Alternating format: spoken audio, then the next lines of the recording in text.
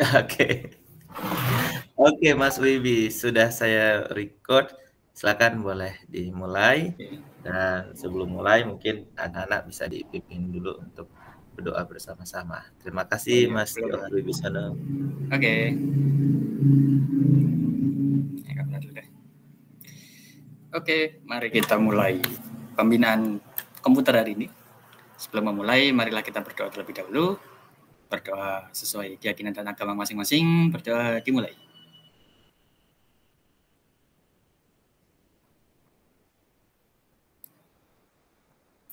Oke, berdoa cukup. Terus untuk mengawali pembinaan kali ini, saya mau perkenalan dulu.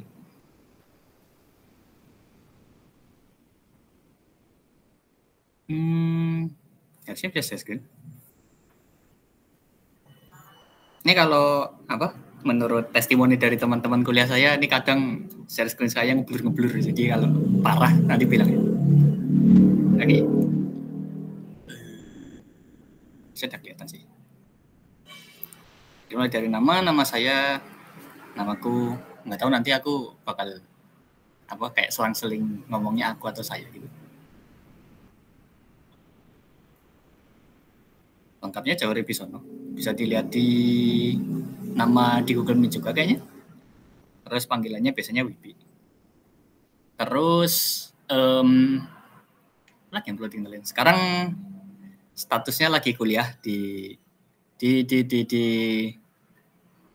Teknik Informatika ITB.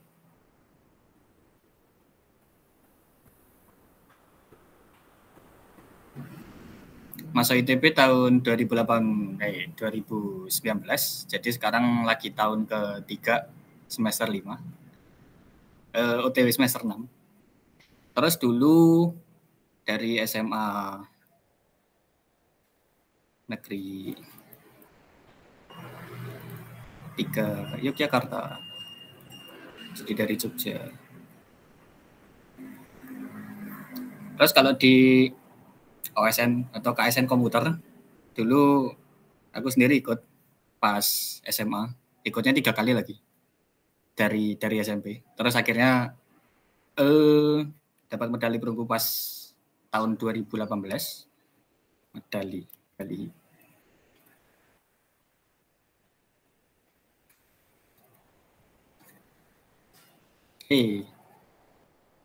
Nggak nulis.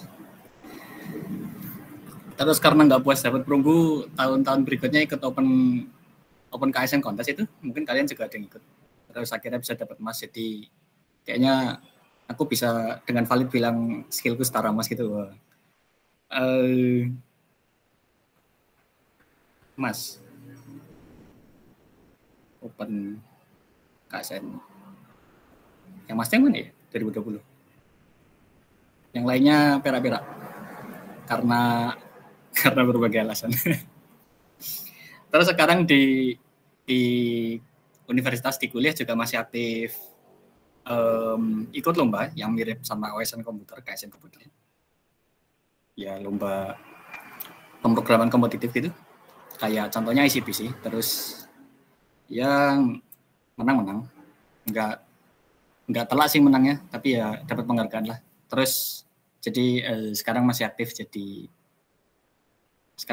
dalam bidang ini gitu. Jadi semoga ilmunya gak rontok-rontok amat. Tapi sekarang lagi kayak istirahat gitu sih, jadi udah mulai hilang. Jadi nanti kalau pas ngajar banyak slide, mohon maaf. Oke. Gitu perkenalan dari aku. Nah, Kak Azari udah cabut kah? Ya udah. Nah sekarang aku kurang mengenal profil kalian. Aku bahkan nggak tahu kalian SMA mana atau dari SMA yang sama apa enggak. Jadi pengen tahu juga. Tapi karena rame juga ya. Kalian kalau dari satu SMA gitu, SMA-nya rame dong. Kayak aku ngajar olim komputer di sekolah lain tuh anaknya nggak sebanyak ini gitu. Oke, ada yang satu. Karena banyak kenalannya aku random sampling deh. Ntar. Nyebutin apa ya? Nama.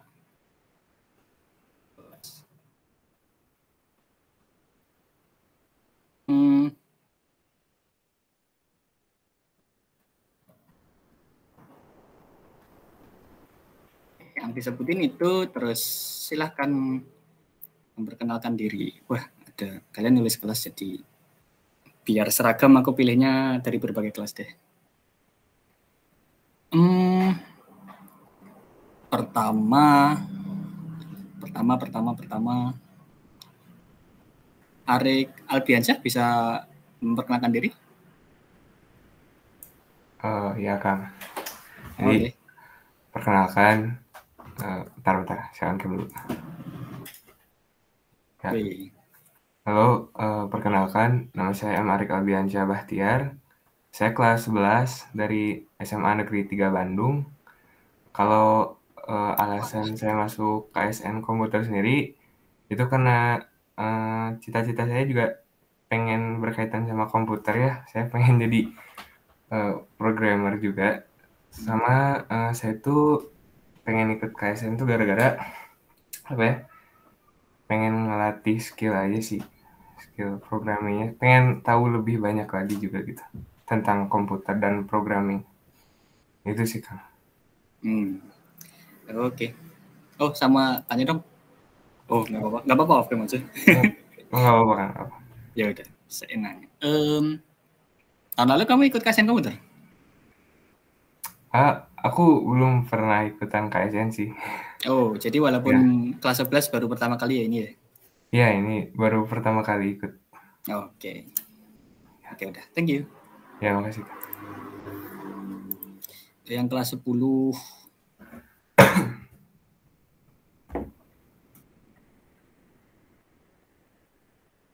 Aduh. yang namanya panjang tahun nggak bisa lihat lengkap di Google Meet, jadi ragu mau manggil.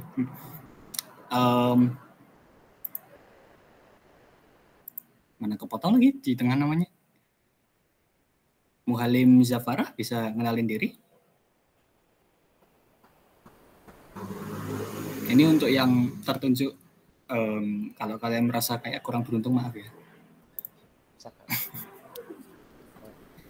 Halo semuanya, perkenalkan nama saya Muhalim Zafar Rahman dari kelas 10 SMA Negeri 3 Bandung. Alasan ikut KSN komputernya karena saya itu suka komputer, berhubungan sama komputer sama teknologi juga, sama ingin nambah pengalaman buat masa depan, sama ingin cita-citanya juga mirip berhubungan sama komputer. Oke. Mau nanya sama deh, pernah ikut KSN komputer? Siapa tuh pas SMP pernah? Belum pernah. Oh, oke. Terima kasih. Wah, ada orang dari SMA 3 Bandung. Apakah emang SMA 3 Bandung? Oh, kayak menginjakan kaki di SMA 3 sebelah gitu. Oke. Terakhir, satu lagi, sampling. Satu lagi, Taita Salma bisa ngenalin diri?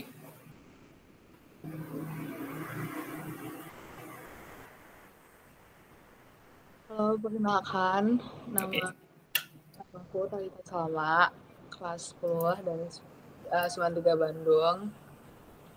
Terus apa lagi? Oh iya, kamu tadi sempat DC ya, jadi formatnya nggak kelihatan di chat. Iya. Aku kirim lagi bentar. Yang pertanyaan yang aneh cuma alasan ikut KSN komputer sih. Oh, oke, siap. Jadi, perkenalkan, nama aku Taita Salma dari kelas 10 MIPA 5, asal SMA 3 Bandung, dan alasan ikut KSN komputer sama kayak yang lainnya, pengen belajar, pengen nambah pengalaman. Oke, thank you. Oh, aku kepikiran satu pertanyaan lagi, tapi ini umum sih. Kalian pernah ada pembinaan komputer belum di sekolah kalian sebelum yang ini? Mau jawab di chat nggak apa-apa yang ini? Kalau komputer ada pelajarannya Kak, cuman tapi lebih ke bikin Pascal gitu, bukan lebih soal komputer buat KSN gitu. Oke. SMA 3 Bandung udah ada komputer ya? SMA aku juga baru setahun ini kayaknya yang ada mata pelajaran komputer. Terus isinya juga Aku nggak yakin ada Pascal, tapi rasanya mirip-mirip. Coding-coding pendek gitu. Mereka pakai Scratch. Kalian tahu Scratch gak? Yang apa? Ngoding yang kayak Lego itu, bongkar pasang balok. Ya gitu deh. Oke, terima kasih atas perkenalannya. Jadi tadi pembinaan tuh belum pernah ada. Jadi ini kayak pembinaan yang masih fresh itu. Mungkin kalian karena belum pernah ikut pembinaan sebelumnya, jadi butuh perkenalan. Jadi paling itu materi hari ini perkenalan. Perkenalan ke intro ASN komputer.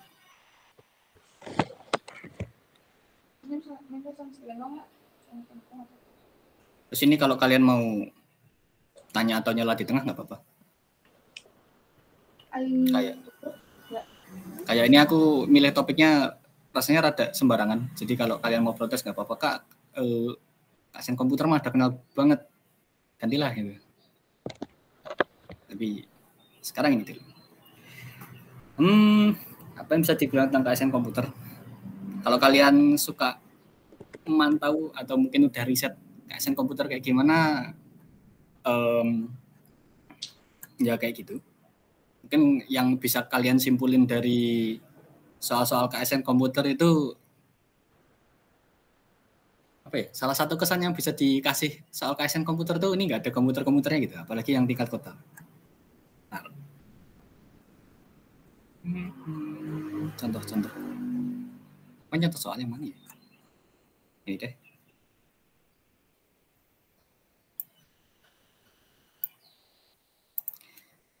Contoh soal diambil dari ASN kata lalu.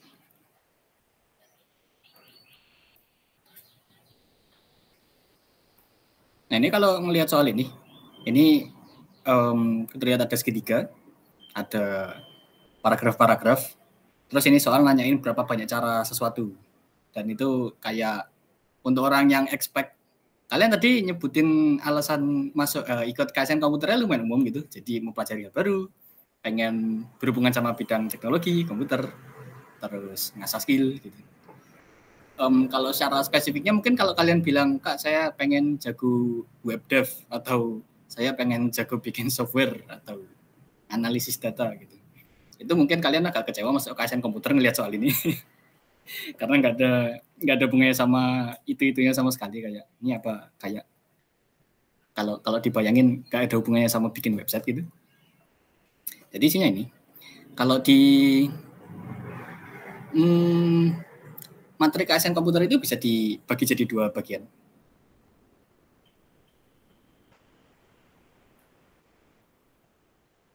Tapi ini bukan satu-satunya pembagian. Kayak kalau kalian lihat di silabus itu kan ada 10 poin. 10 poin materi. Jadi itu salah satu pembagian. Tapi pembagian lainnya yang sering dipakai ini, yang pertama itu materinya adalah desain. Singkatnya sih desain algoritma.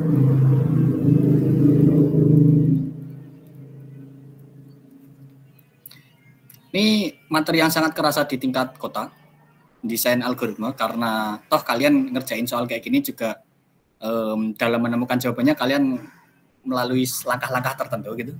Nah, yaitu bisa dibilang algoritma yang kalian buat. Nah, terus begitu bergerak ke mulai bidang tingkat provinsi gitu, algoritma yang kalian buat itu harus sudah bisa kalian terjemahkan ke komputer. Terus dulu yang kedua, implementasi.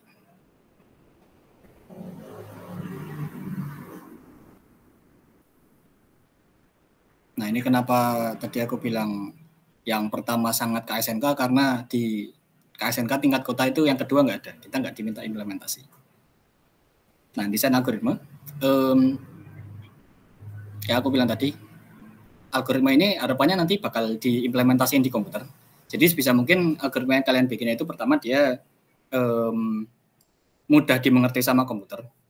Contoh algoritma yang tidak mudah dimengerti sama komputer itu misalnya ada soal yang deskripsinya tuh kalian diberikan sebuah gambarnya cuma hitam putih kayak di Paint gitu. Nah terus gambarnya bisa berupa bangun datar macam-macam, bisa lingkaran, bisa segitiga, bisa kotak. Terus kalian diminta membuat program yang dikasih gambar tersebut. Terus programnya itu ngasih tahu ini bentuk bangun datar apa, lingkaran, segitiga, atau kotak. Nah, mungkin salah satu algoritma yang bisa kita bayangin adalah ya udah dilihat aja gambarnya. Itu kan kalau buat manusia gampang. Ini lingkaran, ini segitiga, ini kotak gitu. Tapi algoritma yang deskripsinya cuma dilihat aja gitu, itu diterjemahkan ke komputer sulit. Jadi nantinya kalian harus mikir, nggak urgent banget sih mikirnya, di KSNK nggak ada implementasinya, tapi kalian harus mikir gimana caranya komputer mengerti algoritma yang aku bikin. Oh ya, by definition kayaknya algoritma itu serangkaian langkah untuk menyelesaikan masalah gitu. Kalau kurang srek bisa cari di kamus. Nah, terus tadi selain bisa dimengerti oleh komputer, algoritma yang dibikin tuh kedua harus... Aku lupa mau ngomong apa? Bentar ya. Oh iya, dia harus ada level umum sama spesifik tertentu gitu. Jadi, tapi ini nggak urgent banget, di tingkat kota juga bisa diabaikan. Maksudnya dia harus bisa ada level umum spesifiknya itu. Kalau contohnya di soal ini kita dikasih 3 jenis upin yang kayak di atas ini, yang upin segitiga ditempel-tempel. Terus dikasih tahu juga kita pengen nutup lantai yang bentuknya kayak di bawah ini. Nah, kalau kita nemu satu cara atau algoritma yang bisa nyelesain soal ini, sebisa mungkin kita pengen algoritma yang kita bikin itu bisa nyelesain soal ini dengan apa bahasa Indonesianya, instance ya? Dengan instance lain. Jadi siapa tahu jenis ubinnya bentuknya nggak segitiga gini, bisa jadi bentuknya kotak. Atau Pak Dengkle ingin nutup lantai dengan bentuknya yang nggak kotak jajaran gini, tapi kayaknya soal berikutnya itu deh. Oh, ya.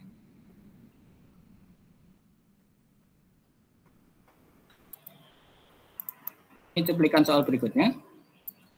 Jadi di sini kelihatan bahwa ini soalnya sama kayak yang di atas, cuma bentuk lantainya beda. Yang ini lurus, yang ini bentuknya zigzag gitu. Nah, yang menyenangkan adalah kalau kita bikin algoritma, yang algoritmanya itu dia nggak bergantung sama bentuk lantainya itu. Jadi mau bentuk lantainya lurus, mau bentuk lantainya zigzag, itu kita bisa nyelesain dengan cara yang sama. Nah, kalau kita punya algoritma yang kayak gitu, berarti algoritmanya umum. Nah, kalau umum enak, karena dia bisa nyelesain berbagai soal. Apalagi nanti di tingkat provinsi sama nasional, pas kita diminta untuk implementasi, itu program yang kita buat itu nanti bakal dikasih banyak test case, kasus uji, bakal dikasih banyak input, terus habis itu outputnya dibandingkan sama punya juri. Nah, berbagai input itu kita harus bisa tangani semuanya. Jadi kalau satu aja salah, kita kalau KSNP langsung dinolin nggak ya? Nggak yakin aku, tapi ya nilainya berkurang lah. Kalau dalam kasus paling ekstrimnya salah satu test case ya udah 0 nilainya. Kayak ya gitu deh. Nah, terus selain kan tadi kita pengen bikin algoritma kita umum, tapi kalau umum banget juga susah. Kayak kalau umum banget ya kita bikin satu algoritma yang bisa nyelesain semua masalah, gitu juga umum gitu. Nah, kita pengen seumum apa? Biasanya di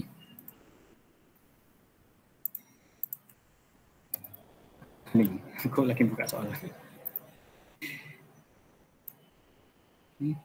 KSNP.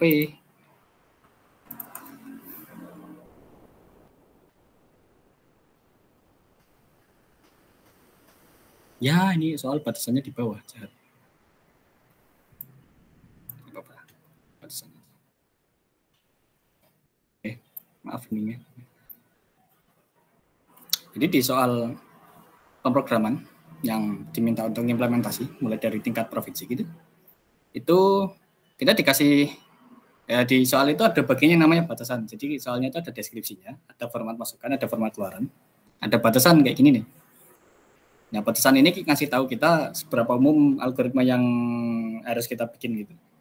Nah, ini bilangnya bahwa ini nilai-nilai NK A sama B ini inputan. Nah, terus kita dikasih tahu inputannya itu ada di dalam range berapa gitu. Jadi inputannya bisa N-nya bisa antara 1 sampai 100. hanya bisa antara 1 sampai 100 dan seterusnya. Jadi program kita harus bisa nanganin semua kasus uji yang nilai-nilainya itu ada di range ini. Jadi misalnya program kita bisa ngerjain yang N-nya 1, terus kita hore. Bisa ngerjain N-nya 1, terus sampelnya N-nya 1, hore. Tapi nanti dikasih kasus uji, kasih test case-nya nggak dikasih tahu lagi. Kan kebanyakan test case-nya itu kan hidden, tersembunyi gitu. Nah, tahu-tahu dikasih test case yang N-nya nggak 1, terus hancur gitu. Jadi harus nyocokin sama batasannya. Nah, terus yang baik dari batasan ini, kalau di ASN, itu batasannya dikasih beberapa jenis itu, kayak yang kelihatan sini. Yang di atas batasannya kecil-kecil, angkanya kecil-kecil 100, 1000. Terus yang di bawah ini batasannya gede. Terus biasanya solusi untuk batasan yang kecil itu lebih mudah dibuat daripada yang gede. Jadi ASN itu baik karena dia memperbolehkan solusi yang enggak pinter-pinter amat buat lulus dapat nilai 50 poin. Yang hapus. Ini tadinya maunya oret-oretan ini tak kasih ke kalian, tapi makin kesini aku makin ngerasa ini berantakan. Nggak apa-apa ya. Apalagi terus tadi habis desain algoritma. Di desain algoritma yang perlu kalian pelajarin ya banyak matematikanya, walaupun ini bidangnya komputer tapi tidak terlepas dari matematika juga. Tapi ada juga tuh materi-materi yang dia khusus ada di komputer, matematika nggak punya, jadi ya bisa nyombong gitu kan, kayak struktur data, apalagi matematika nggak punya. Draft itu matematika nggak punya mungkin, dan seterusnya. Kalian bisa lihat di silabus. Terus untuk implementasi algoritma, ini tantangan baru, jadi nggak cukup bisa desain doang, harus bisa implementasi. Ya menantang karena kalian dituntut untuk bisa ngoding dengan bahasa kesukaan kalian. Biasanya sih sukanya C++, karena sekarang nggak boleh Pascal. Jadi dalam belajar, ya dalam perjalanan kalian di KSN ini, kalian perlu belajar C++. Nah itu deh. Gitu intronya. Apalagi yang bisa dikenalin dari KSN komputer ya?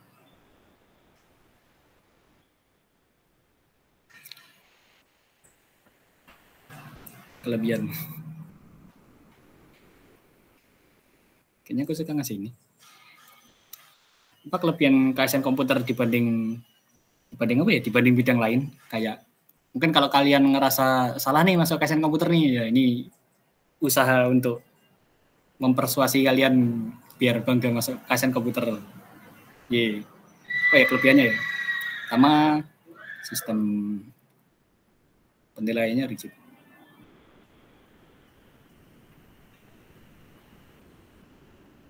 Jadi sistem penilaiannya kaku. Kenapa kaku? Karena di tingkat kota soalnya pilihan ganda. Terus pilihan ganda tuh udah ada kuncinya gitu kan. Jadi kalau salah ya salah, kalau benar ya benar. Beda dengan ada nggak ya? Bidang yang tingkat kotanya itu mereka soalnya nggak pilihan ganda tapi esai gitu. Kalau esai gitu kan selain bisa jawab dengan benar, kayak jawabannya benar gitu, nilai misalnya diminta ngeluarin nilai ya nilainya benar. Itu ada faktor X-nya juga, jadi nggak kaku-kaku amat. Kayak kalau tulisannya jelek ya nilainya kurang, kalau penjelasannya kurang kayak nyekips beberapa langkah ya nilainya kurang gitu, jadi nggak kaku-kaku amat. Terus di tingkat selayang kota, provinsi sama nasional, di bagian ngodingnya itu program yang kita bikin itu juga dijalanin secara otomatis sama sistem grader gitu, jadi nggak ada campur tangan manusia. Nggak dilihat, wah ini codingannya nggak rapi, nilainya kurang gitu. Itu enggak, cuma dibandingin keluarannya doang, bener apa enggak. Oleh sebab itu nilainya kaku, dan karena kaku ya kita bisa lebih yakin sama solusi yang kita bikin gitu, nggak ada faktor X-nya.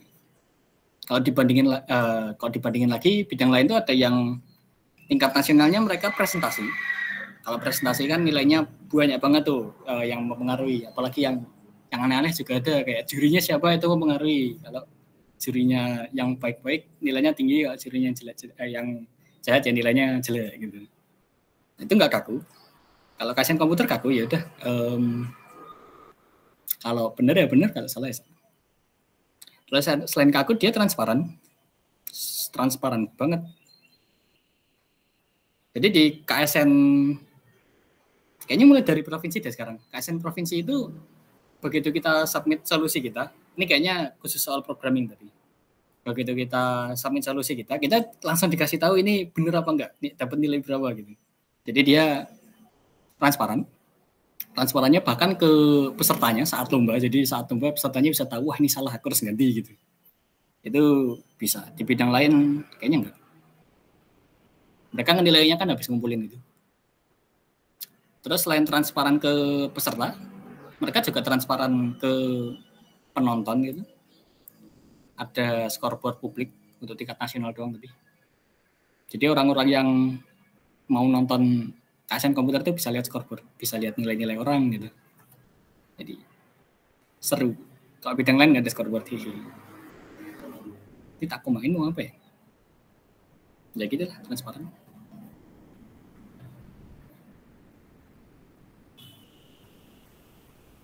Kelebihannya lagi yang kalian bilangin tadi sih, apa ya? Gimana nulisnya? Nyicil belajar ngoding.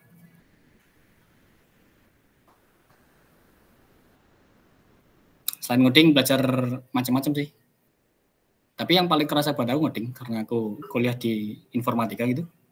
Karena aku udah belajar ngoding di KSN komputer ini, begitu masuk kuliah dan diminta untuk ngoding, aku udah punya banyak building block dari KSN gitu. Jadi begitu diminta ngapa-ngapain bisa cepet nyusun. Itu kan menarik. Tapi sejauh ini aku kuliah 2,5 tahun gitu. Materi kuliah itu kayak mereka berisan secara tidak enak dengan materi komputer gitu. Kayak aku expect-nya karena bisa materi KSN komputer, kuliah di informatika gampang gitu kan. Kayak itu rasanya natural. Kayak kalau orang olimpiade kimia dapat prestasi bagus, mungkin dia expect, wah aku kalau kuliah di kimia ya gampang gitu. Udah belajar semua. Cuman ya contohnya kayak aku bilang tadi, kalian nggak belajar bikin website atau bikin software di sini. Jadi begitu di kuliah aku dapat tugas itu juga tetap keberatan. Keberatan tuh gimana ya? Keberatannya bukan sampai nggak bisa selesai gitu sih, cuma lebih susah dari ekspektasi gitu. Tapi ngodingnya tetap terasa bermanfaat. Iya. Aku belum kepikiran kelebihannya apa lagi, kekurangan deh. Kenapa tidak masuk KSN komputer? Karena pertama aku langsung kepikiran ini, tidak sehat. Tidak sehat itu. Tapi sekarang kalian semua kegiatan online sih itu sih. Jadi semuanya sama-sama natap komputer. Terus kalau online nggak ngumpul di satu tempat nih. Ya gitulah, tidak sehat. Kalau bidang-bidang lain ini dalam situasi offline, tapi bidang-bidang lain jalan-jalan, ngamatin pantai, ngamatin ke gunung, neropong bintang gitu. Nah, KSN komputer cuma duduk di ruangan ber-AC gitu, di depan komputer, mana lombanya berjam-jam, 5 jam gitu. Jadi gak sehat. Apalagi makannya banyak. Kalau offline tapi aduh, kalau iri ya gitulah, kalau iri maaf ya. Jadi mungkin kalian nggak dapat makan gitu. Oke, kekurangannya. Oh ya, kelebihannya lagi sih. Kayak yang aku lagi jalanin sekarang, lomba di tingkat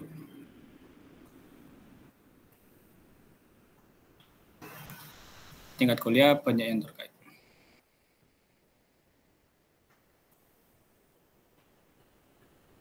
Jadi kalau kalian udah bisa menteri KSN komputer gitu, di tingkat kuliah kalian bisa ikut lomba-lomba yang mirip. Jadi ngelanjutin. Ya udah, kekurangannya aku cuma kepikiran tidak sehat sih. Selain itu, hore. Ya. Terus mungkin karena ini pembinaan awal juga. Mungkin kalian juga tertarik, pengen tahu bisa belajar dari mana.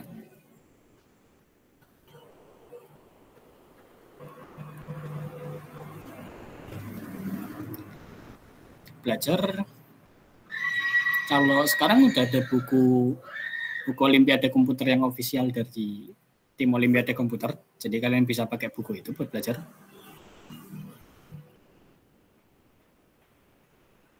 Nah, musik gimana? Buku PKD Togi.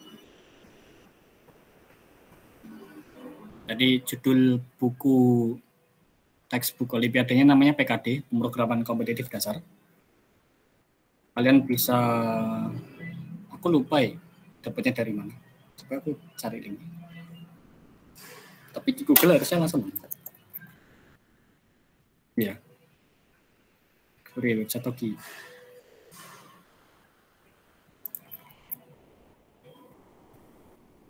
Sama saya pas link. Selamat. Itu buku, kalau kalian tamatin ya kalian bisa expect jadi jago gitu lah. Tapi aku sendiri belum pernah baca loh. Ironi, karena dulu pas KSN 2018 saya ingatku buku PKD ini belum ada. Apa deh? Pokoknya aku bacanya buku lain.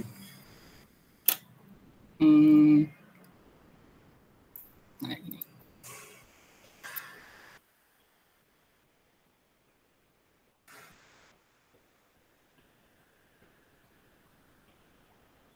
Aku baca buku lain judulnya Competitive Programming Handbook itu kalau nggak salah.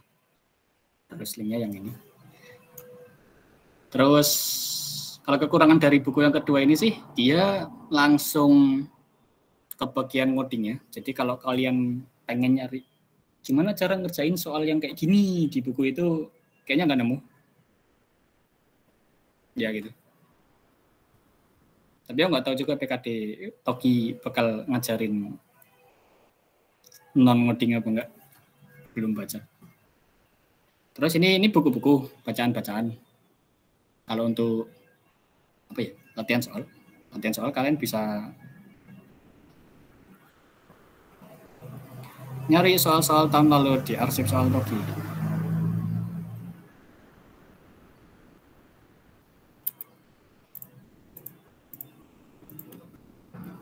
Akhirnya catatan tulisannya lumayan rapi lah.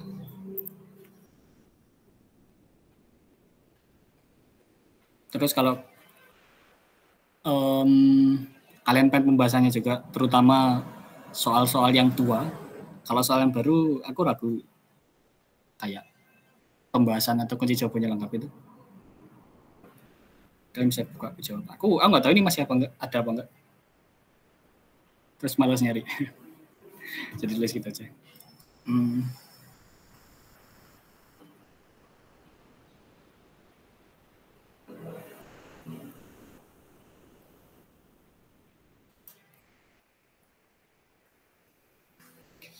Aku jawab. Terus kalau kalian pengen langsung nyelam ke, nggak langsung sih, pengen nyoba kontes ngodingnya, kayak pengen latihan ASMP atau ya tingkat provinsi atau nasional dalam keadaan mirip aslinya gitu, jadi kontes. Kalian bisa ikut kontes-kontes online. Biasanya yang paling ramai itu ada di Codeforces, Headquarter. Tapi dua website kontes pemrograman pertama ini bahasanya Inggris. Apalagi Codeforces ini yang bikin Rusia, terus Headquarter yang bikin Jepang, jadi malah nggak ada yang negara Inggris.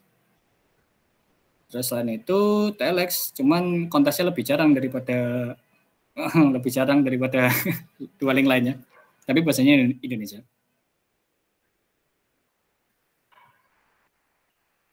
Kontes pemrograman.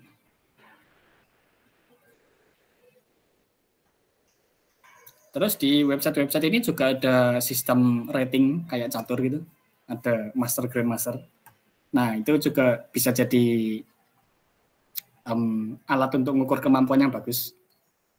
Kayak kalau kalian di Codeforces sudah apa ya, paling nggak kandidat master atau master gitu, kalian bisa yakin, oh ini KSN dapat mas gitu.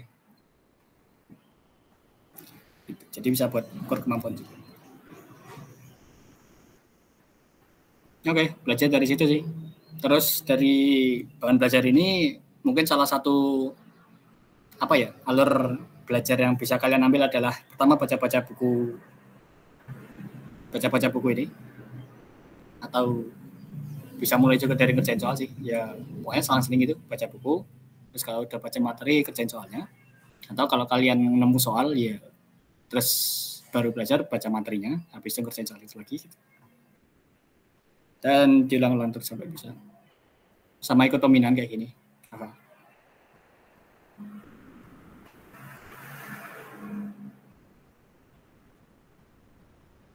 Aku kurang kepikiran mau ngenalin apa lagi, ada pertanyaan? Biasanya aku ngenalin KSN komputer itu pakai PowerPoint sih. Pakai slide jadi nggak nulis.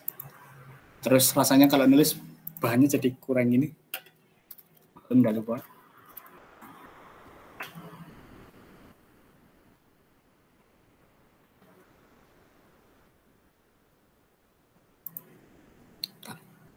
Coba buka, siapa tahu ada yang penting.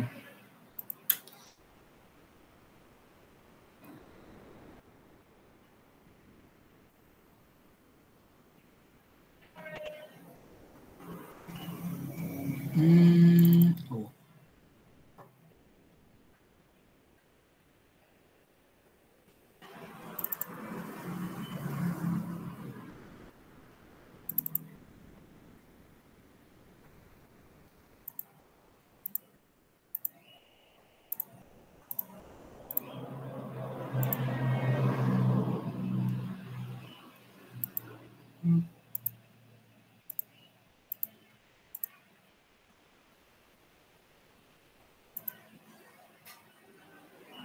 Oh iya, benefit lain yang bisa kalian dapetin di KSN, nggak cuma bidang komputer sih, bidang lain juga adalah kadang kalian dapat free pass buat kuliah. Jadi buat yang pengen lanjutin kuliah, tinggal ambil. Terus kalau bidang komputer sendiri, free pass-nya yang paling sering itu UI, Fasilkom, Fakultas Ilmu Komputer, sama BINUS Ilmu Komputer juga, sama UGM mungkin. Lupa aku. Yang penting ITB nggak ada jalur prestasinya. Jadi kalau kalian udah medali KSN terus masa ITB, kalian lumayan gila. Kecuali nilai rapat kalian juga bagus, terus kalian bisa SNM.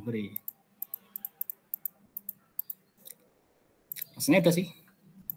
Terus mungkin habis ini kayaknya menarik kalau kita lihat-lihat silabus. Jadi belum materi, masih perkenalan. Silabus. Wih, mana? Oh, ini.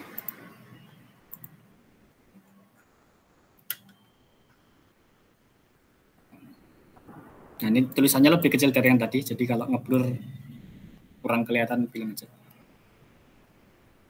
Ya, ini yang tadi aku bilang ada 10 poin di silabus. Silabus ini website official Toki, jadi kalian bisa percaya bahwa silabus yang di sini benar. Di sini ada 10 poin. Kalau dibaca-baca dari atas, ada dasar pemrograman. Ini singkatnya, kalau kalian bisa ngoding dalam bahasa yang kalian suka, C++ gitu, ya kalian udah bisa lolos ini. Terus selain itu, kalau materi ngoding C++, itu di breakdown kalian dapatnya yang ini. Jadi kalau belajar ngoding, belajar apa aja? Belajar sintaks aja lah. Belajar ada variabel, ada tipe data, ada ekspresi, ada assignment, ada input-output, ada percabangan, ada perulangan, ada fungsi. Array nggak ada. Array mungkin tipe data. Oke. Jadi mungkin langkah awal yang penting buat kalian yang belum pernah ngoding dan berusaha belajar ngoding itu adalah kalian yang penting kalian pelajarin itu adalah apa aja yang bisa dilakuin sama si bahasa pemrograman itu. Jadi mungkin kalau kalian belum pernah ngoding sebelumnya, Mungkin kalian terlalu overestimate kemampuan dari bahasa pemrograman gitu. Kayak kalau kalian pengen bikin program yang ngenali gambar kayak tadi, kalian mungkin kira bahwa programnya by default bisa kayak gitu. Mungkin, tapi kalau ternyata enggak, terus kalian perlu bikin cara untuk ngenalin gambar itu dengan ya komponen-komponen yang lebih kecil gitu lah, yang dipunya sama bahasa pemrogramannya, ya belajar. Jadi bahasa pemrograman C++ itu biasanya dibilang powerful gitu. Cuman walaupun dia powerful, dia nggak bisa jawab semua masalah secara langsung. Yang ada ya yang primitif gini, kita bikin variabel, kita bikin input-output, kita bikin percabangan perulangan, terus sama bisa menjawab masalah-masalah ASN gitu. Yaitu menurutku langkah yang magic yang perlu dilihat sama anak komputer. Oke. Jadi ingat bahwa bahasa pemrograman tidak sesakti itu. Ya, kalau mau lihat sesakti apa, lihat aja. Terus operasi logika dan bitwise ini kayak matematika, ya penjumlahan, pengurangan, perkalian, pembagian, cuman dia basisnya 2, jadi 2 bit, 2 digit, bukan 10 digit desimal kayak yang biasa kita pakai. Jadi dia digitnya cuma ada 0 sama 1.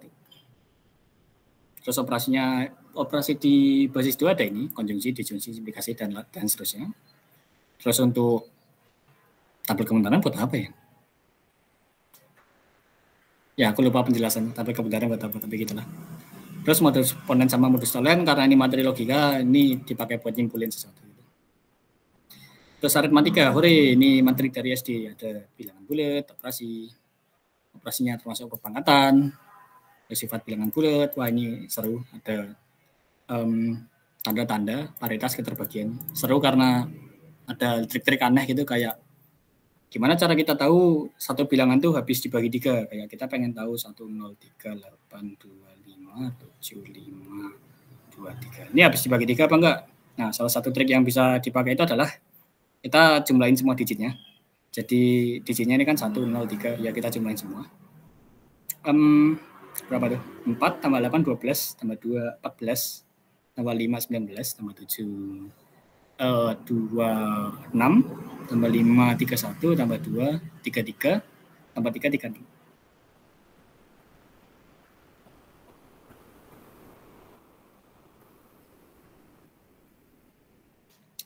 Terus si jumlah digit ini kalau dia habis dibagi 3 berarti bilangan aslinya habis dibagi 3.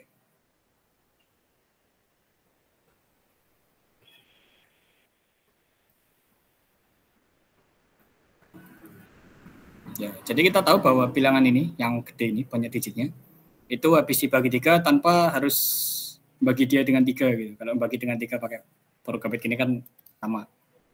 Jadi ini contoh trik keterbagian. Wah, aku salah share screen. Aku tadi oret-oret. Liar.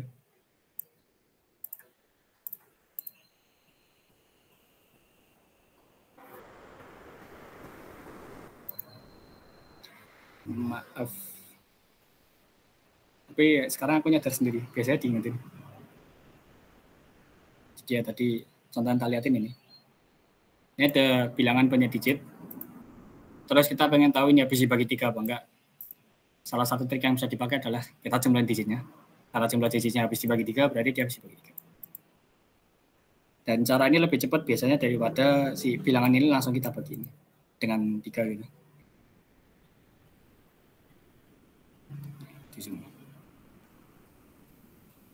Oke, itu keterbagian. Terus operasi modular, wah ini dia operasi yang nggak ada di materi sekolah. Jadi kalau di materi sekolah kita tahu operasi aritmatika itu jumlahin, ngurangin, ngalihin, bagi. Sekarang di sini kita belajar operasi baru, nah yaitu modulo. Terus ada perpangkatan tapi dalam modulo. Ini yaudah operasi sama kayak yang ini, tapi pangkat. Terus bilangan prima, ada belajar, ada pecahan, persen, harus ada belajar. Dari bilangan isinya apa ya? FPB, KPK gitu, faktor-faktor. Ya. Sama himpunan juga dari SMP udah belajar. Sorry. Terus aku kayak bilang dari SD dari SMP udah belajar gitu, yang keluar di bidang komputer rasanya enggak lebih advance gitu, jadi dengan ilmu dari SD SMP juga kalian bisa. Ya nggak ya? Ya, yang itu dengerinnya sambil difilter ya, aku gak yakin bener. Lupa. Satuan berhitung ini kombinatorika. Kombinatorika itu kalau dulu aku pas SMA belajarnya pas kelas 12. Mungkin sekarang kurikulumnya ganti, tapi atau karena beda sekolah kalian belajarnya di kelas 11 gitu. Aku tahu. Tapi aturan berhitung ini intinya kita mau ngitung banyaknya cara atau banyaknya kemungkinan sesuatu gitu. Terus isinya ini. Ada aturan kapan kita jumlahin kemungkinan, kapan ngalihin kemungkinan. Wah, barisan di sini. Oke. Barisan aritmatika dan geometri di sekolah banyak. Fibonacci di sekolah nggak ada. Tapi ya gitulah. Permutasi kombinasi ini kombinatorik, sangat kombinatorik. Probabilitasnya di SMP ada, cuman itu belajarnya sebelum kombin ya. Mana sih kan? Ya, probabilitas berapa kemungkinan sesuatu. General principle sebuah tool ajaib. Terus prinsip inklusi eksklusi ya kombin, terus segitiga Pascal. Kalian pernah lihat belum ya? Nggak yakin. Sama teorema binomial. Ya kalau sini ada istilah yang asing buat kalian, ya udah nanti aja belajarnya. Terus rekursi apa ya? Singkatnya sih rekursi itu fungsi yang manggil dirinya sendiri. Jadi ini ada fungsi fx sama dengan kita pengen ngitung fx. Jadi kan si fx ini bisa dilihat sebagai mesin yang dia nerima x terus dia ngeluarin fx gitu kan. Mesinnya namanya f. Nah, dalam ngitung keluarannya dia itu masukin sesuatu ke si f lagi. Jadi untuk ngitung fx kita perlu, misalnya ini fx plus 1. Kita perlu ngitung fx plus 1. Nah ini rekursif. Jadi untuk ngitung nilai satu fungsi kita perlu ngitung nilai fungsi itu lagi. Di sekolah kayaknya nggak ada. Tidak. Lanjut pencarian dan pengurutan. Ini di materi sekolah nggak ada karena kalau dilakukan sama manusia trivial. Pencarian itu kita punya sekumpulan elemen, kita pengen tahu ada elemen ini apa enggak. Ya buat manusia lumayan trivial biasanya. Tinggal dilihat aja ada apa enggak. Terus pengurutan kita dikasih sekumpulan, misalnya bilangan, kita pengen ngurutin dari yang kecil atau dari yang gede gitu. Biasanya buat orang juga trivial, cuma banyak kuli, banyak nulis. Pengurutan. Di sini dipelajarin karena kita pengen ngajarin komputer. Kita pengen implementasi gimana cara nyari sama ngurutin di komputer. Tapi kalau untuk tingkat kota, karena buat manusia trivial, jadi kalian kayak nggak perlu mikir ini belajar apa ini ya udah asal kalian bisa nyari sama ngurutin pakai tangan ya. Terus selain itu di bahasa pemrograman itu ini kayaknya khusus C++ saja. Di C++ itu pencarian sama pengurutan itu udah masuk library-nya yang bisa kalian pakai di lomba. Jadi nggak perlu ngapalin banget prosedurnya, tinggal pakai aja. Ya. Terus strategi pemecahan masalah ini materi yang apa ya? Ajaib itu.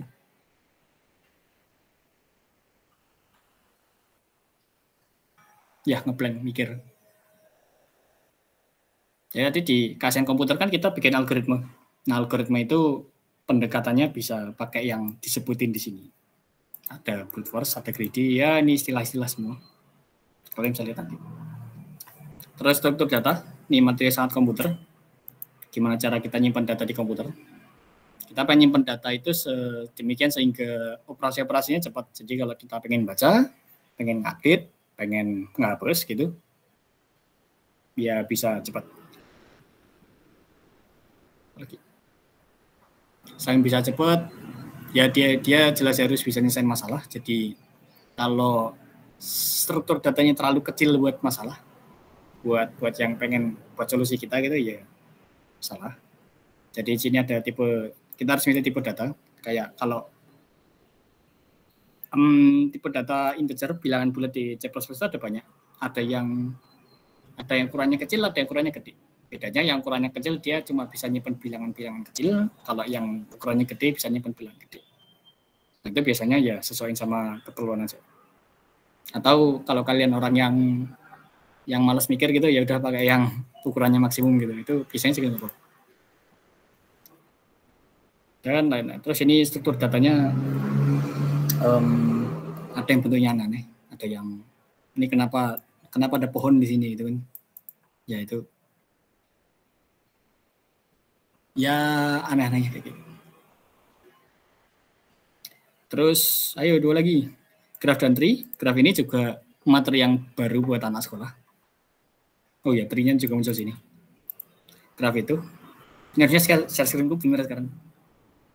Graph itu kalau dijelasin secara visual gampang sih.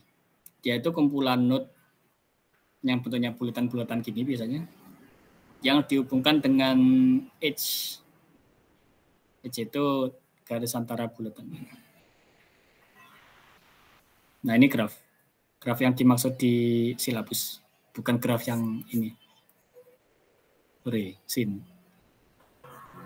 Terus graf yang isinya bulatan sama garis ini, dia jadi satu materi.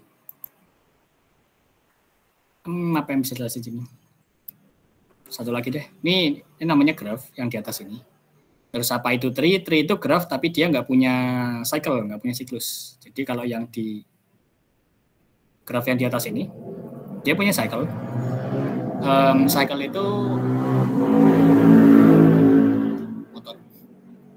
cycle itu bisa dibilang satu jalur yang mulai dari satu node dan dia kembali ke node itu sendiri. Jadi di sini kita bisa mulai dari A, terus ke B, terus ke C, terus ke A. Karena dia mulai di A balik ke A, dia satu cycle. Nah, tree itu nggak punya cycle, atau lebih tepatnya simple cycle.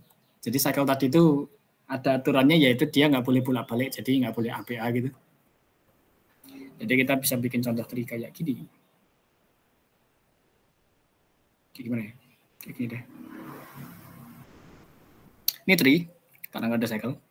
Bisa tambah juga node-nya.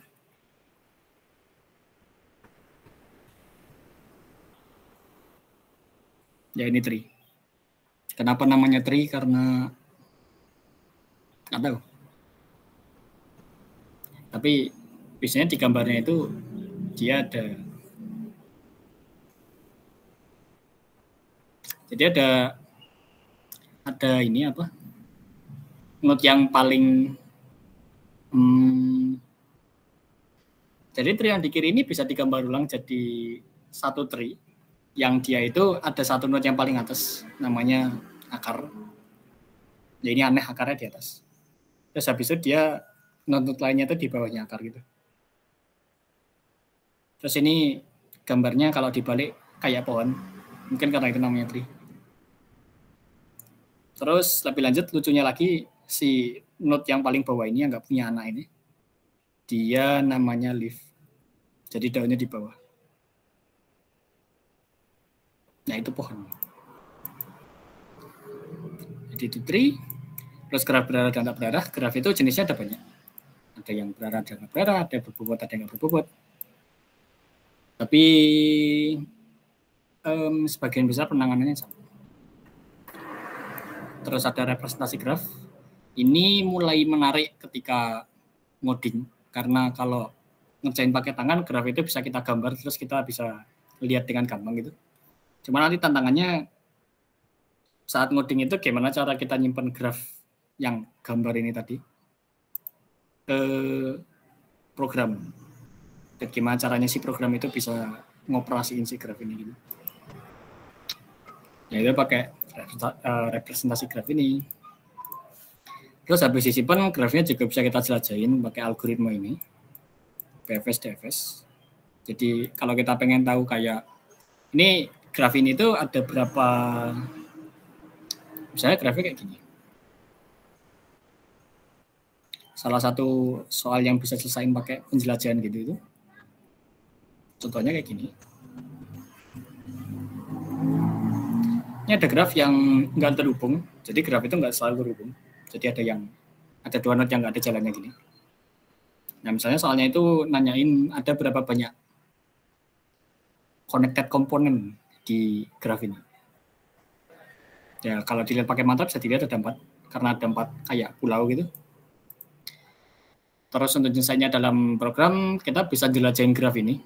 Terus tiap kali kita jelajahin satu pulau, ya jawabannya kita tambah 1. Itu mungkin kayak underwhelming gitu. Ini materi apaan sih? Kayak dilihat pakai mata bisa gitu.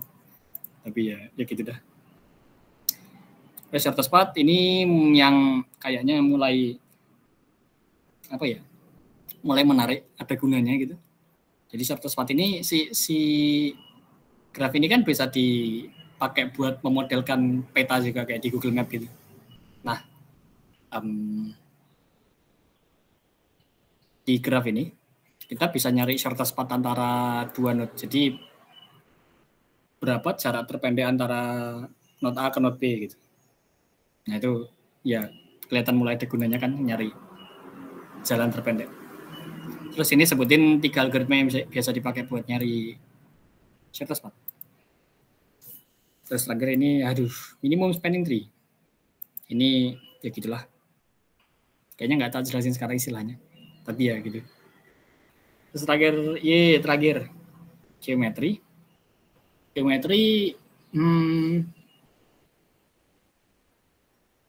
Apa yang bisa dibilang dari geometri ya?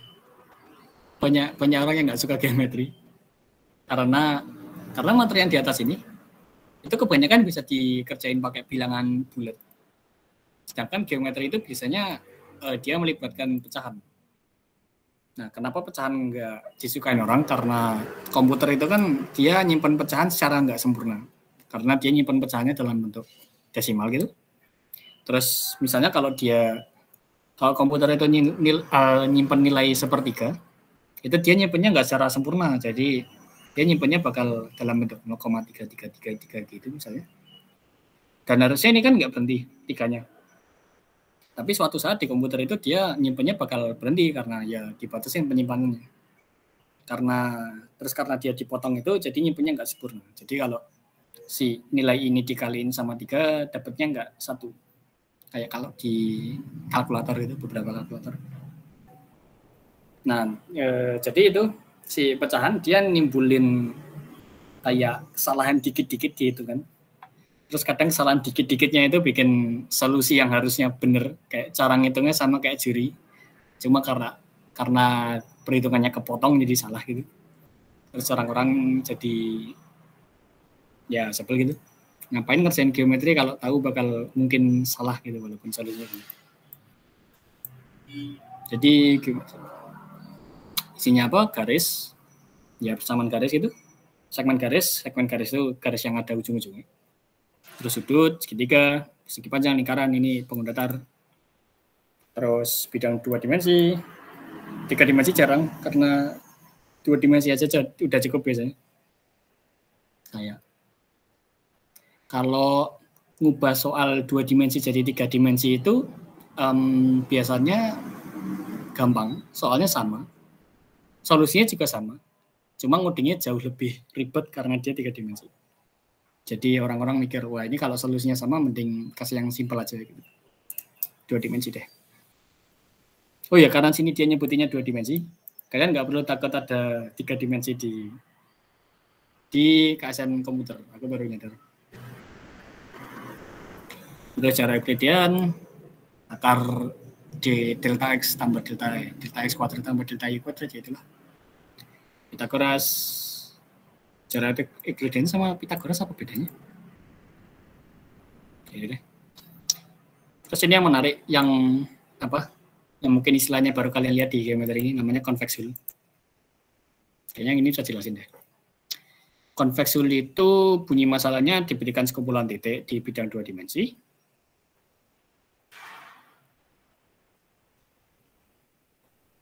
Terus anggaplah si titik-titik ini tuh mereka paku yang nempel di tembok. Terus si paku ini tuh kita pengen bungkus pakai karet gelang gitu. Jadi kalau kita ngerenggangin karet gelang terus kita jepretin di pakunya, itu kan terbentuk bangun apa gitu. Jadi misalnya yang terbentuk kayak gini. Nggak ngeliatin yang itu. Ya, melengkung. Harusnya lurus. Nah, si karet gelangnya dia bakal nempel di paku yang paling luar. Terus ada paku yang di dalam yang nggak kena karet gelangnya. Nah, si karet gelang ini dia bentuk poligon konveks terbesar. Poligon konveks terkecil yang memuat semua paku. Jadi semua paku ada di dalam atau di poligonnya. Terus si poligon konveks ini yang paling kecil karena ya dia nempel-nempel di paku paling luar. Terus kenapa dia disebut konveks? Karena semua sudut dalam ya, yang sudut dalam ini, mereka nggak lebih dari 180. Jadi contoh poligon yang nggak konveks itu kayak gini. Ini konkav. Karena ini sudut dalamnya lebih dari 180. Nah, di kanan ini konveks. Dan dia poligon konveks yang paling kecil. Dan ini namanya konveks hole. Kalau dilihat pakai mata, gampang. Harusnya. Ya kalau kalian dikasih soal carilah konveks hole dari kumpulan titik ini gitu. Apalagi titiknya dikasih gambarnya, ya kalian tinggal gambar. Kayak gitu. Aku mau gambar lagi. Konveks hole.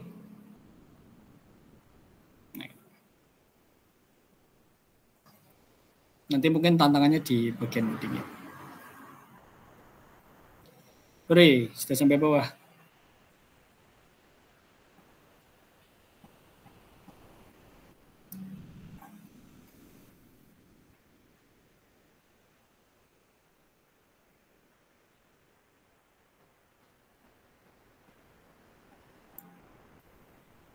Ya gitu deh. Ada pertanyaan? Maaf kalau bosenin dan panjang, emang silabusnya panjang.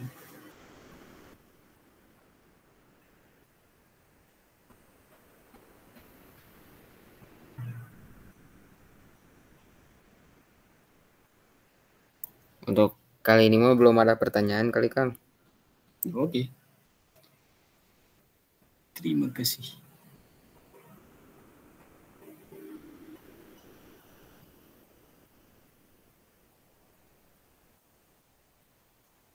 Ini aku nggak lagi mikir, aku bengong. Malam belum makan. Ini kita masih ada setengah jam. Sebenarnya aku masih ada satu agenda lagi sih buat pembinaan ini, yaitu apa ya? Kayak janjian gitu. Kita kan masih ada beberapa kali pembinaan besok-besok ini. Terus itu semua yang nggak semuanya ting. Sebagian besar yang ngajar aku. Jadi aku pengen kayak apa ya?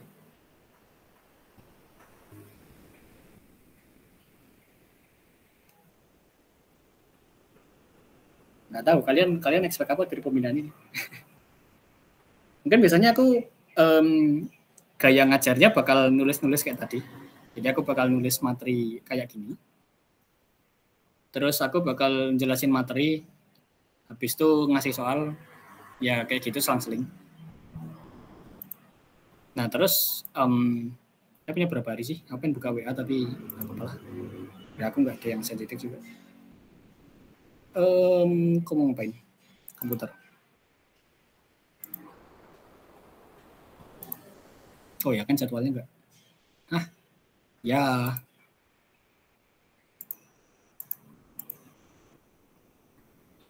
Kalian nggak bisa buka jadwal yang di WA juga ya? Aku nggak bisa. Gimana? Ya udah. Buka yang offline aja. Oh ini Jumat ya? Oh iya ini Jumat, akhirnya Kamis. Oke. Apa tadi? Oh ya kita pembinaan masih ada 3 kali yang sama aku. Dan 3 kali itu rasanya nggak bisa cover semua silabus ini. Jadi kalian bisa expect kita nggak bakal belajar semua benda di silabus ini selama 3 hari. Jadi mungkin kalian bisa kecewa ya nggak belajar semuanya, atau kalian bisa lega, hore nggak belajar semuanya, nggak berat gitu. Tapi nggak semuanya. Terus kalian boleh request materi gitu. Requestnya sekarang aja nggak apa-apa. Karena aku sambil mikir juga mau materi apa besok.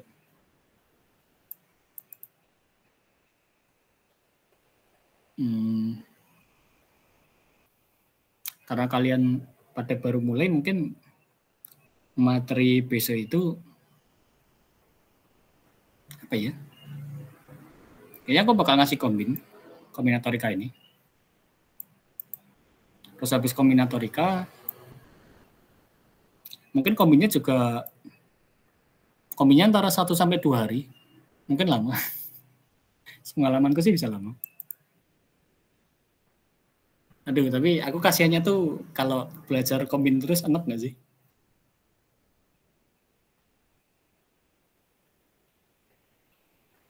Ada ya. Tadi rencananya tuh habis kombin, terus aku bakal ngajarin teori bilangan. Jadi teori bilangannya dia subbab kecil di sini, tapi jadi satu materi kalau aku yang ngajar. Terus habis kombin sama teori bilangan, yang lainnya agak bebas sih. Mungkin kalau bisa materi yang seru biar apa ya? Kalau menurutku sendiri kombin sama, mungkin karena aku udah kebanyakan ngajar gitu. Jadi rasanya kombin sama teori bilangan tidak seru. Yang seru mungkin kalau tambah satu materi lagi aku bakal ngajarin mungkin dynamic programming. Ini dynamic programming ini dia selain merupakan strategi algoritma, dia tool yang bagus buat ngerjain beberapa soal di KSNK. Jadi ada beberapa soal yang dia nggak bisa dikerjain pakai kombin. Terus dia kalau di brute force, kalau kalian nyobain semua kemungkinan juga kelamaan. Dan dia paling bagus dikerjain pakai dynamic programming. Atau pilihan lainnya selain dynamic programming, graph, karena graph seru. Karena isinya gambar-gambar, nggak ada hitungannya.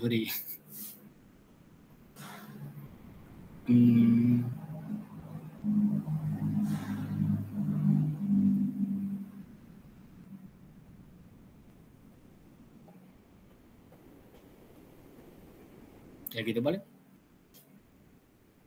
Pokoknya kombin sama teori bilangan dulu. Nanti yang lainnya masih milih.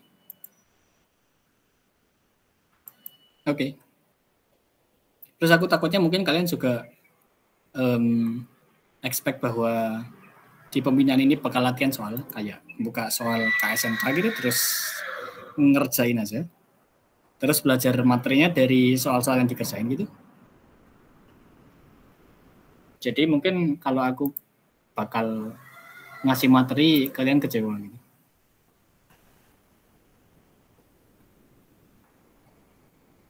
Sebut deh ngerjain soal. Nggak tahu. Jujur aku biasanya ngerjain soal KSNK dari tahun ke tahun gitu, tapi cuma kebetulan yang 2021 belum gue kerjain. Jadi masih kosongan. Ada isian singkat gitu.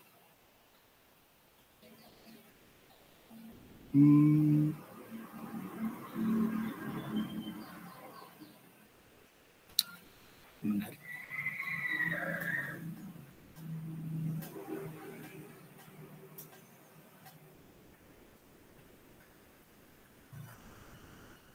Oh, ini soal yang tadi mungkin aku lupa nyebutin, di KSNK itu ada soal pemrograman, cuman bukan bikin program tapi membaca program. Bentuknya kayak gini. Ini binary research juga. Biasanya program soalnya itu bentuknya ini mereka manggil fungsi semua ya. Oh, ini ada yang betul. Biasanya soal baca program ini intinya kalian dikasih program, dikasih masukannya, tebak keluarannya gitu. Banyak juga. Oke. Oh, atau kayak gini, dikasih outputnya tapi inputnya nggak ada, suruh nebak. Oke.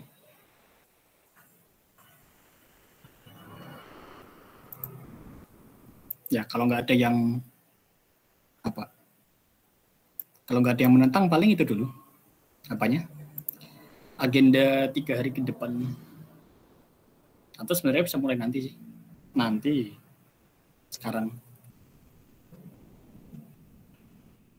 Ini tadi aku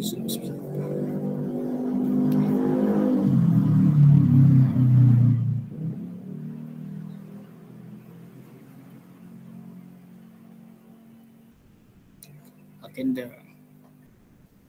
Jadi kita bakal belajar kombin. Oh ya, ini kalau kalian ke sini urutan materinya nggak ikut urutan silabus, aneh emang.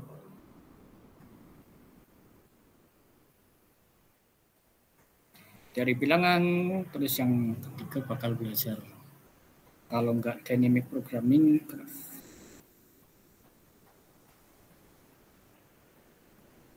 tapi di graph bisa di dynamic programming juga sih. Oh ya, ini sebagai catatan, walaupun namanya dynamic programming, tapi nggak programming. Aku nggak tahu kenapa namanya dynamic programming. Mungkin kalian habis belajar nanti juga heran, ini kenapa namanya dynamic programming ya gitu.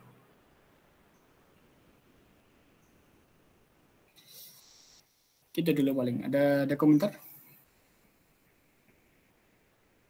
Sekarang mikir, ini nanti 15 menit ngapain?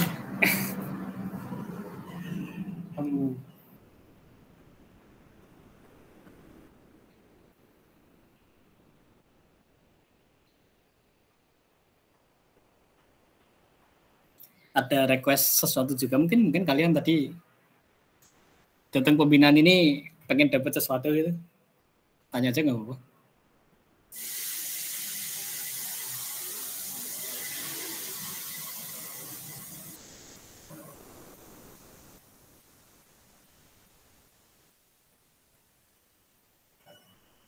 Buat jaringan bisa ngerjain satu soal sih, kayaknya nggak apa-apa deh, kayak kenalan soal KSN komputer terus ngerjain satu soal gitu. Boleh Kang. Iya. Yang mana? Tema minta nggak?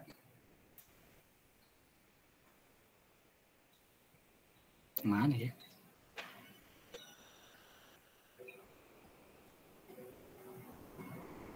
Yang pendek-pendek aja deh. Semoga bisa mengerjakan.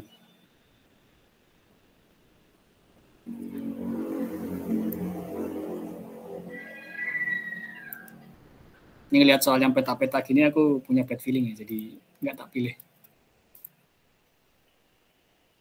Tanya aku nggak bisa soal peta-peta.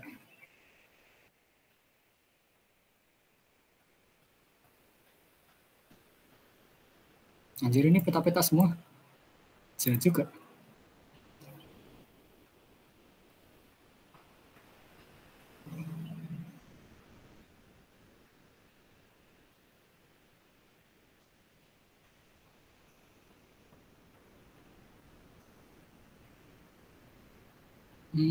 Karena aku lagi baca semut-semut.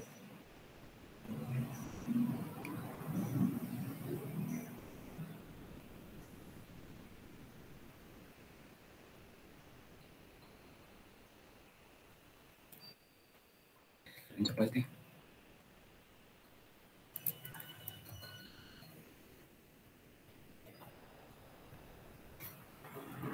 Biar serakah tiga. Teman bakal jawab semua tapi. Pembahasan KSN K2021 itu udah ada belum ya? Kalau belum ada ya ini kayak kaitan pembahasan gitu dong. Itulah ya. Aduh.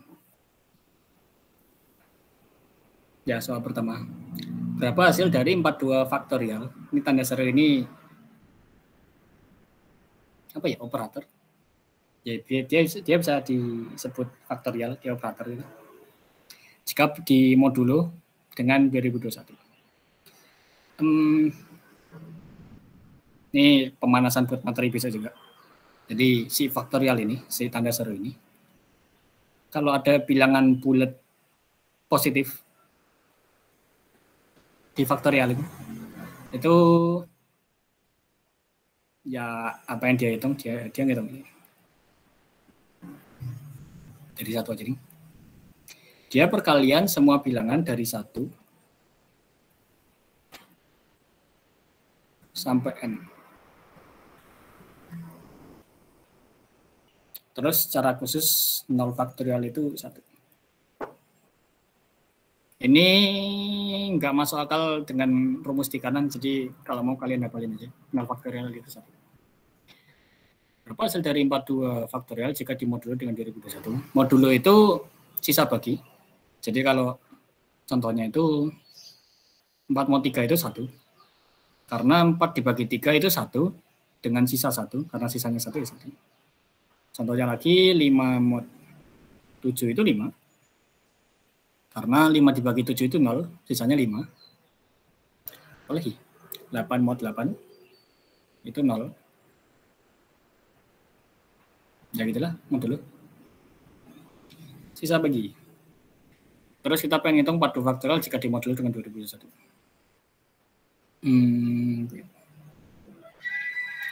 2021 itu aku malas ngefaktorin ya, tapi kalau nggak salah 2021 itu dia 43 kali 47. Terus dua-duanya prima. Karena dua-duanya prima, dua-duanya nggak punya faktor, nggak punya apa ya, faktor selain satu sama dirinya sendiri. Terus kenapa? Oleh sebab itu, kalau kita ngalihin bilangan dari 1 sampai 42, itu kan di dalamnya nggak ada faktor 43. Karena 43 nggak pernah muncul gitu. Misalnya kita ngalihin 12 ya, 12 faktornya nggak ada 43-nya gitu. 47 juga sama. 47 nggak pernah muncul di 42 faktorial. Nah, tadi itu harapannya yang kasus gampangnya itu, kalau 43 sama 47 sama-sama muncul di faktorial ini, berarti si 42 faktorial itu habis dibagi sama 2021. Kenapa? Karena kita bisa nyoret si 43 sama 47-nya. Tapi sayangnya di 42 faktorial nggak ada 43 sama 47. Jadi nggak segampang itu. Ini kalau kalian pengen cara primitif, cara kulinya gitu, kalian bisa ngaliin aja bilangan dari 1 sampai 42. Jadi 1 kali 2, 2. 2 kali 3, 6. 6 kali 4, 24. Dan seterusnya. Caranya sampai mana? 24 kali 5. 120. Beberapa suku lagi biar gede. Terus 720. 7 kali ini, yalah, nyerah. Jangan ditiru ya pas lomba ya. Nggak boleh pakai kalkulator. 5040. Nah, poin yang pengen ditunjukin di sini adalah si hasil perkaliannya itu bisa kita modulo dengan 2021 sambil ngitung. Itu enak karena ini si faktorial ini dia lama-lama bakal jadi gede secara cepat gitu. Jadi agak gede si bilangannya itu kita modulo dengan 2021 setiap kali ngaliin. Wah, ini materi nanti namanya apa ya? Pokoknya modulo itu dia distributif terhadap perkalian. Emang sih ada modulo 5040 modulo 2021. Jadi si 5040 ini dia bisa diganti 998. Jadi lebih kecil gitu. Terus nanti 998-nya dikaliin juga bisa di modul 2021 lagi. Jadi bilangan paling gede yang kalian tulisin itu bakal 2020. Nggak mungkin lebih. Jadi lumayan lah, ribuan doang. Tapi yang dikaliin ada 42 biji. Jadi aduh. Gitu deh. Kalau cara primitifnya gitu, kalian kaliin 4 semua 42 bilangan. Kalau nggak mau gimana ya?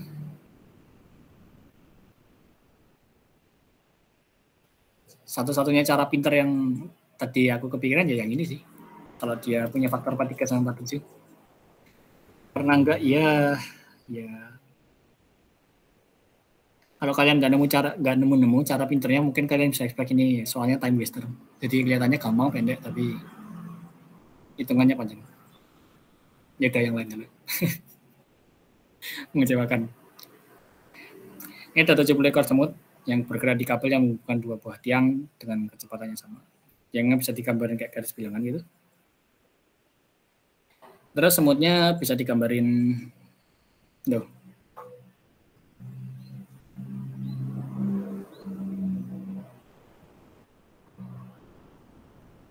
Tiangnya nggak dikasih tahu ya panjangnya berapa ya kok tiang kabel. Jadi walaupun ini dia bilang semut pertama 1 cm dari kiri 1.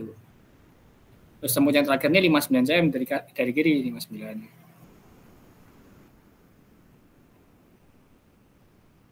Terus saya bilang di sini yang bawahnya bahwa ada semut nih yang jaraknya 80 cm dari tiang listrik sebelah kanan. Nah karena kita nggak tahu panjang kabelnya, kita nggak tahu si semut itu tuh ada di sini 80 dari kanan atau di sini gitu. Dan ini penting karena kalau si semut yang 80 cm dari kanan ini di kirinya yang 59, dia nggak bakal tabrakan.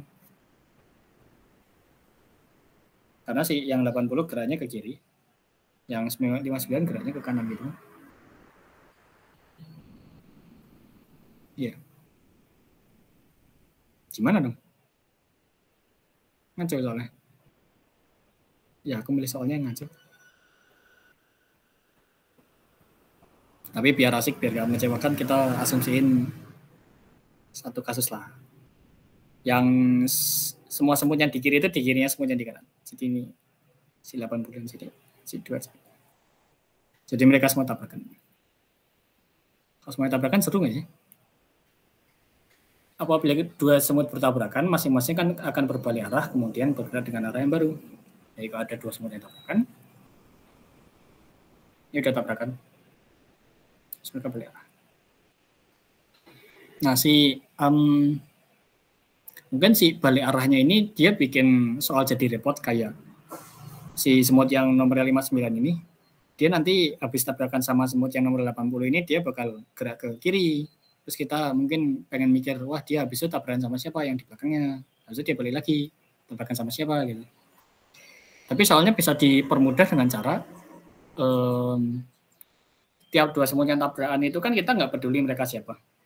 Jadi si semut yang 2 semut yang tabrakan ini, yang merah sama biru ini, bisa kita anggap aja si semut yang merah ini dia terus jalan ke kanan.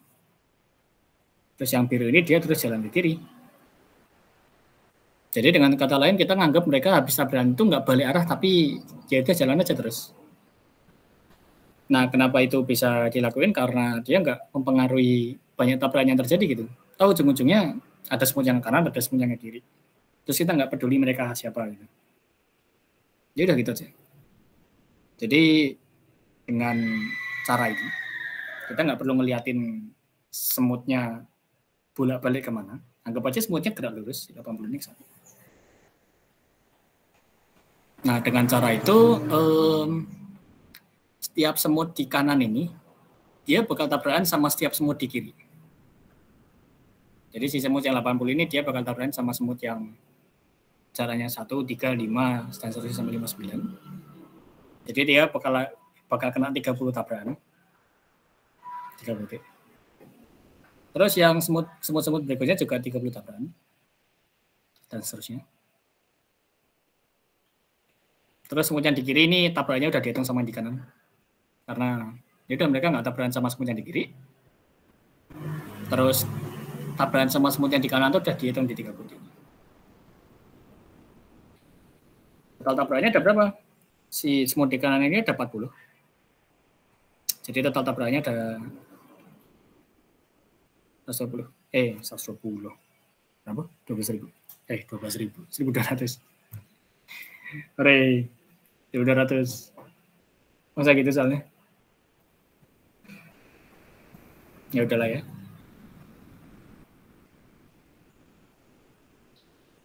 Ya udah jawabanku gitu. Oke. Soal terakhir. Ini kombin, jadi pemanasan buat besok juga. Dia nanya berapa banyak permutasi. Ini pertanyaan yang sangat kombinatorika. Berapa banyak permutasi? Apa itu permutasi? Jadi kita punya string KSNK ini. Nah, yang itulah. Terus permutasi itu bisa dianggap kalau kita mempermutasikan si KSNK 2021 itu yang kita lakukan adalah kita ngacak urutan isinya. Jadi misalnya urutannya jadi KKSN 1220. Ini si angka sama hurufnya bisa ditukar juga, jadi bisa salah seling. Tapi ini salah satu permutasi KSNK 2021. Jadi hasil mempermutasikannya ini namanya permutasi. Nah terus permutasi itu ada banyak, karena kita bisa nyusun urutan itu caranya ada banyak. Ya salah satunya kayak gini. Contoh lainnya si 1220-nya di depan. Nah di antara semua permutasi yang banyak itu, kita pengen ngitung yang nggak ada huruf atau angka yang sama sebelah. Jadi dua contoh ini yang di bawah ini tuh dia nggak valid karena ini ada K sebelahan, ada K sebelahan. Jadi ini harusnya nggak dihitung, nggak valid. Nah kita pengen ngitung banyaknya yang valid. Nah ini daripada kita ngitung banyaknya string, banyaknya permutasi yang karakter sama nggak sebelahan, itu susah. Kenapa susah ya? Singkatnya susah. Lebih gampang ngitung berapa banyak string yang K sama 2-nya sebelahan. Jadi ini nama tekniknya inklusi eksklusi. Jadi kita nggak ngitung jawabannya, tapi kita ngitung kalau di himpunan namanya semesta, dikurangin yang nggak valid.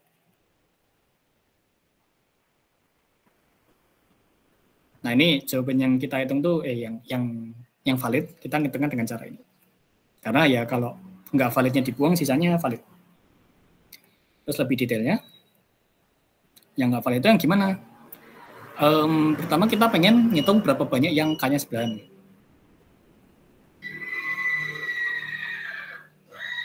Terus kita pengen ngitung juga berapa banyak yang 2 sebelahan.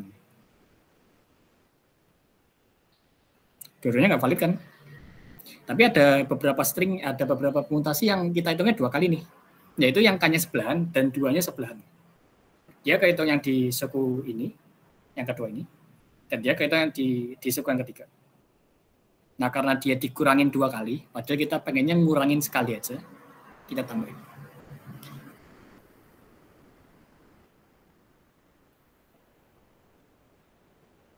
Jam 10, wow. Terus singkatnya dengan ilmu kombinatorika, semestanya itu banyak permutasi 8 huruf, 8 faktorial.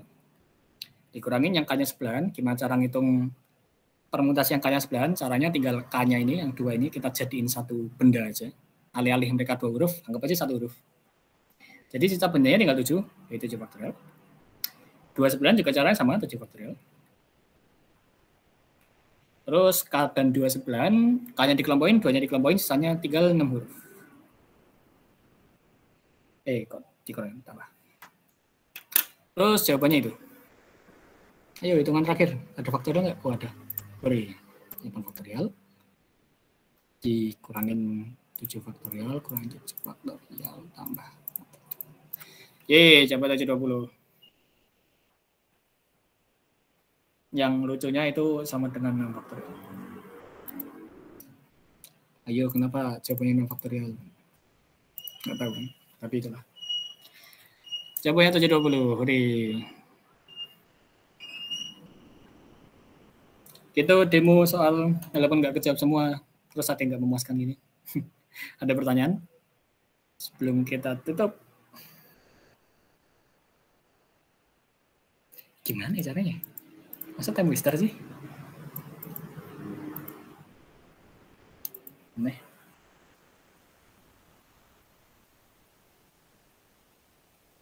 Bisa sih lebih singkat tapi nanti deh. Tapi masih time waster juga.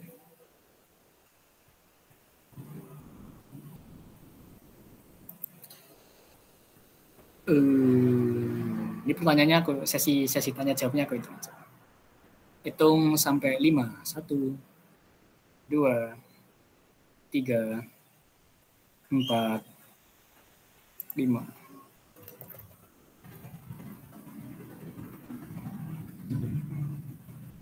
Oke, karena nggak ada pertanyaan, nanti nanyanya pertanyaan bisa ditanya lewat WA atau simpan buat besok.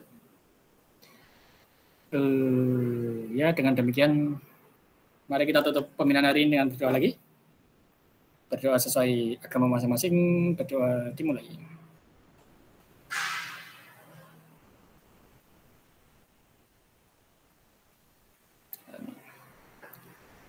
Berdoa cukup. Terima kasih sudah datang. Nanti ini urat-uratannya aku kasih. Sampai jumpa lagi besok.